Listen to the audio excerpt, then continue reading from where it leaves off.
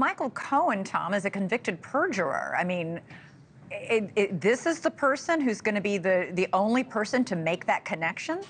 Well, and he's the one thing that all the witnesses we've heard from have been united on, that they don't like dealing with Cohen. He's not a good guy. They dreaded getting his phone calls. They don't trust him. And now he is the guy that the prosecutors are going to be telling the jury to believe, because he's going to be the one truth teller, according to the prosecutors, in this whole saga. Dave, we know that Alan Weisselberg, the former Trump CFO, is in Rikers Island for the second time, by the way, serving a second sentence for also lying under oath during the civil fraud trial where Trump was found liable. Why are we seeing him on the stand? Can they not summon him from prison?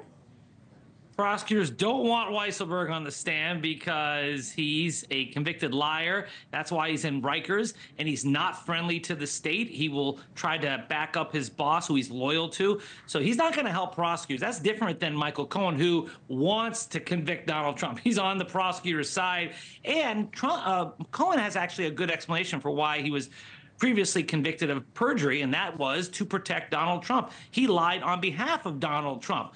And yes, Cohen, as Tom correctly says, is a flawed witness. But that's why the prosecution has been going over with all these other witnesses to pre-butt the testimony, to build up a firewall around Michael Cohen, to show all the corroboration for what he's about to say. All right. We also, at the very beginning of the day, learned that the judge was finding Donald Trump for a 10th violation of the gag order. And this time he really looked directly at Donald Trump and said, you got to follow the rules or I'm going to send you to jail.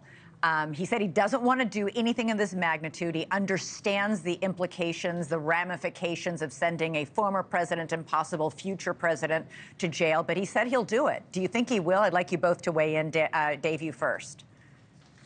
I don't think Trump's going to be wearing an orange jumpsuit before any verdict. I think that maybe at most he'll be put in timeout. There's a room in a courthouse where it's like a holding cell. I can envision, if this goes any further, that perhaps he's told to sit in that room without the door being locked, without the bars being shut, and be told to think about it for an hour. But I can't imagine that he's going to actually be wearing a pair of steel bracelets anytime soon. All right. He could also decide not to violate the gag order any longer. Tom, what do you think?